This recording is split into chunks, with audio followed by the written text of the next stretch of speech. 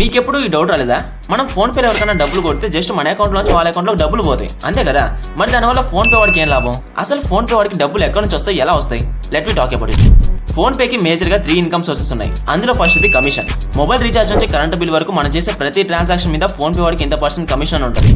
రెండవది merchant services. ఒక shop keeper దగ్గరికి వెళ్ళి మీరు ఒక 500 ఫోన్ పే చేశారనుకోండి, అందులో యావరేజ్ గా 2 to 5 రూపీస్ ఫోన్ పే వాడికి కమిషన్ అనమాట. ఇంకా వీటితో పాటు ఫోన్ పే స్పీకర్లు ఉంటాయి కదా, వాటిని కొన్నాక మళ్ళీ మంత్లీ రెంట్ యావరేజ్ ఒక 150 ఉంటుంది. ఇక్కడ మనం అర్థం చేసుకోవాల్సిన విషయం ఏంటంటే, ఒక్క షాప్ లోనే 150 అంటే ఆ లెక్కన మీ ఊర్లో ఎన్ని షాపులు ఉంటాయి, మీ డిస్ట్రిక్ట్ లో ఎన్ని షాపులు ఉంటాయి, ఇంకా మీ స్టేట్ లో ఎన్ని షాపులు ఉంటాయి, అలా దేశంలో ఎన్ని షాపులు ఉంటాయి అన్ని 150 అనమాట.